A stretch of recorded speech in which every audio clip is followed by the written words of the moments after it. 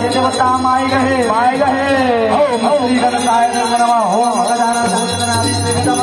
Kapil jumbo फलचारु भक्तरम मातु लोक विनाशाय जानकम नमामि विजयकर माते पंचकम हा